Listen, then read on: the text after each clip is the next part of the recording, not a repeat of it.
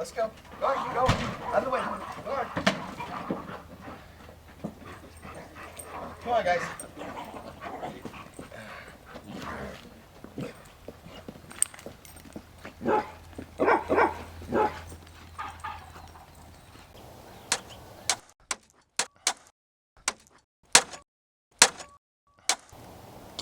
I was born October 31st. I was born on Halloween when I was about 5. And I was over at a neighbor's house. They were babysitting me, and there was nothing on TV. So I had the TV on. There was 3 channels back then. And one channel had golf, the other one had tennis, and the other one had The Wolfman, the old Universal film. And I wanted to watch The Wolfman, obviously, for obvious reasons. And the lady of the house, who was a devout Christian, said, you know, no, you can't watch that. You have to watch tennis. And I said, no, I don't want to watch that. Of course, once again, 4 years old and I'm talking back already. No, I want to watch The Wolfman movie. She said, well, you can't. It's bad. And I said, well, I'm born on Halloween, so that makes it okay. You know, I'm allowed. And she freaked out and started screaming at me and called me the devil's child. And I remember in my little tiny 4-year-old head looking at this lady and thinking, she's crazy. This lady's nuts. Did I fit in well on the playground? No. The playground was fine. It was the classroom I didn't fit in well. Mostly because, well, I was small and would speak my mind.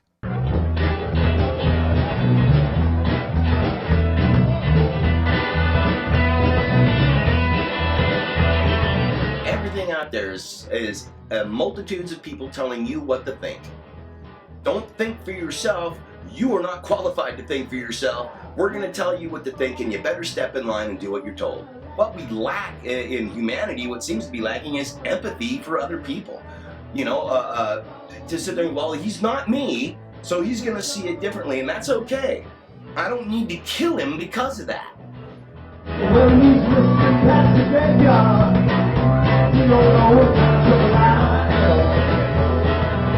I would speak my mind and I would, you know, get in trouble. I got kicked out of my first day at kindergarten because I wouldn't color my bluebird blue. And I told them that it was, you know, my artwork, I was doing it, and so I was going to color it the color I wanted. Mitch is an extraordinary talented artist. He can paint, he can sculpt. Over here we have basically my light board. That's where I do a lot of the painting, artwork, drawing. Let's see, we got a skull, a smiling Lenin, a werewolf. There's where I do most of my casting and a lot of sculpting. The 160 stuff started when my son was about 4 or 5, and I started making, the first one I made for him was Batman, so I had to sculpt the Batman suit and then cast it in rubber for the figure, and then put it on a G.I. Joe, an old G.I. Joe. And that's how that got started, which actually somebody came to me and said, well, I want one for my kid, and then it snowballed from there. I started making them of people. They wanted their kids made, or they wanted one of them, so that was a small business that lasted for a short time. But I still make stuff, I still sell stuff, and that's how I make money to support my guitar habit, which makes money to support my helping around the house money. When he works on these movies, they ask for something. He just has a way of just coming up with it. I like working in the lower budget realm, mostly because it's a smaller group. You get to know each other and you're working towards a goal, and you can't go, whoa, we're professionals, we'll just get more money. It's like, well, we got to work with what we got. And so you try that much harder. Tiki, which I think is probably one of the better produced films. There was some great gore effects. My favorite one out of that is The Last Shot, which was, it wasn't even planned. We had to come up with something. And so the director was like, well, we'll do this. So Mitch, build something. And I think I had 20 minutes and a bag of stuff that I had. And just threw it together, in less than a half hour. And it's a great scene. It's at the end of the movie, and we don't know what happened to the girl.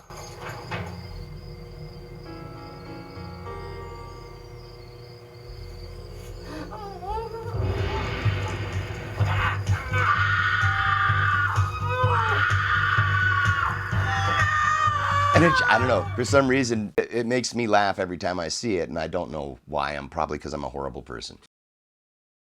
Man Without a Saddle. I thought it was really ambitious for what we were doing, and we, you know, I like doing period pieces because that means you have to make props and costumes and make a different world, and that really makes it fun for me. Thorn in Paradise, I did the special effects. It was a medieval short. I did a stop motion monster effect puppet. I won the Ray Harryhausen Achievement Award, which is really kind of cool because when I was 4 or 5, I saw Jason and the Argonauts. That's what got me started in building my own things.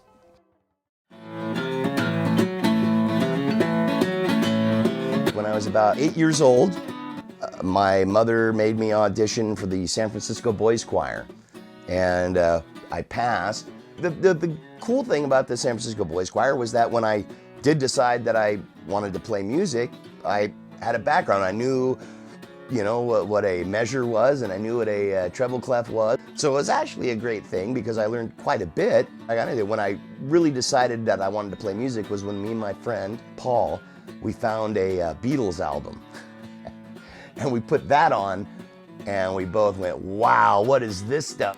And within 6 months, I was a total Beatle nut, and my friend Paul was into Hendrix and Zeppelin. Revolver. It started out as a British Invasion classic rock band. And we played bars and, you know, all that. And one year, we decided, you know, well, we play all this Beatles stuff, and it's really pissing off the bar owners. So we'll just play all Beatles and do the whole Beatle thing, and we just won't play bars anymore.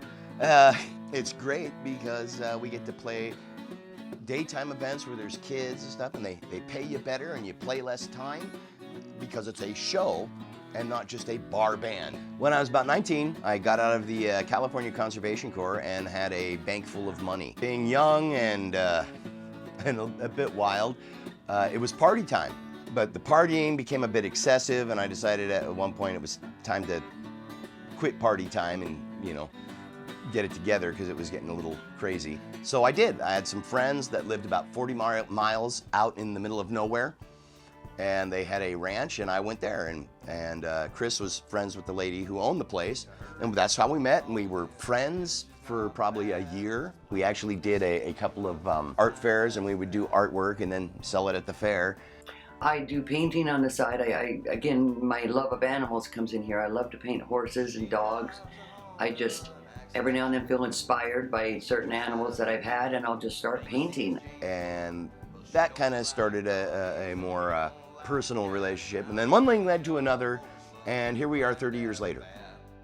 I met Mitch actually a year before we started going out at a friend's house. Him and his friend would show up with their guitars and their floppy brown hats and their beautiful harmonies. Oh, I was very attracted to his music, and I was attracted to him. He was a very honest person. We were kind of at the same place in life at that time. We both were in between jobs and searching for the next best thing, and we decided to pool our resources and see what happens, and that was 30 years ago.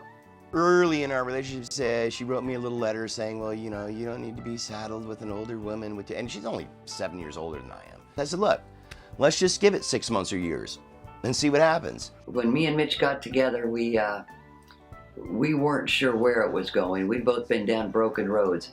We decided to give it 6 months or 6 years, and every 6 years, we renew our contract. The best thing about her is who she is. She's a great person.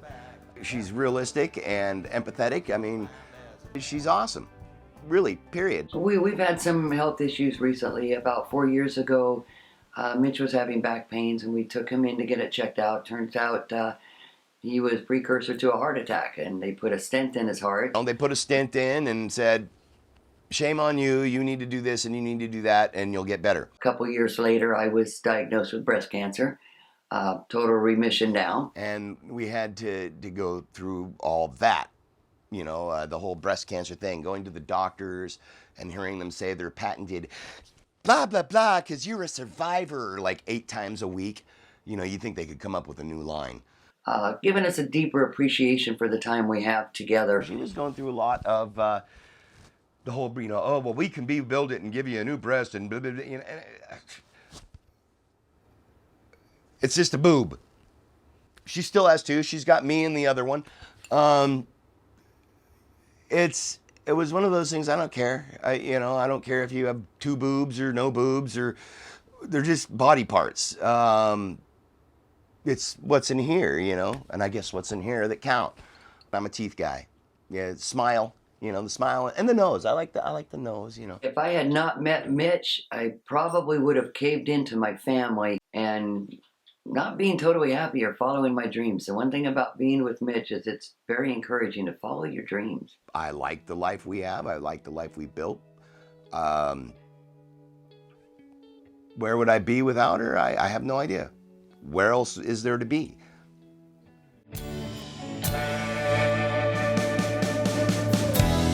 All I ever wanted, like every mother's son, was to be loved. Sometimes we do the oddest things, trying to find love.